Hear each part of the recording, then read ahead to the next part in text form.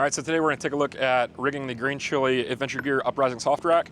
Now when you get it, it looks like a bunch of crazy straps all put together, but it's really easy to figure out. You'll know which side is the front because you have these long runners hanging off of it. So we're gonna set it on the bike like this, and I do have Mondo straps already rigged on here.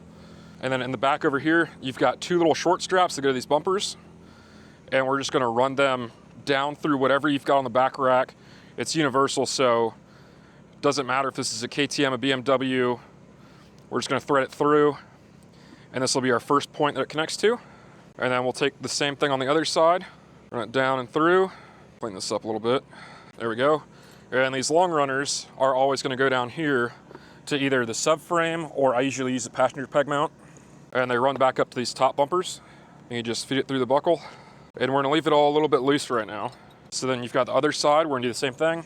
The passenger peg on this bike, we're gonna run it through. And then when you think you've got everything about where you want it, I want this a little bit further back, so I'm gonna tighten this down some. Then we're just gonna start pulling things tight, and that's set up. So now we're gonna take our box or our bags, whatever we're putting on here, and we typically run the elastic towards the front. And back here, we're just gonna loop it through somewhere that it's not gonna move. And this is the Mondo strap that we're using with the Uprising soft rack. So we've got this about centered where we want. Run it through here. Now we're just gonna tighten it all down. Make sure everything on here is good and tight. And now your box isn't going anywhere, or your bags or whatever you want to put on here. You do have slack maintainers.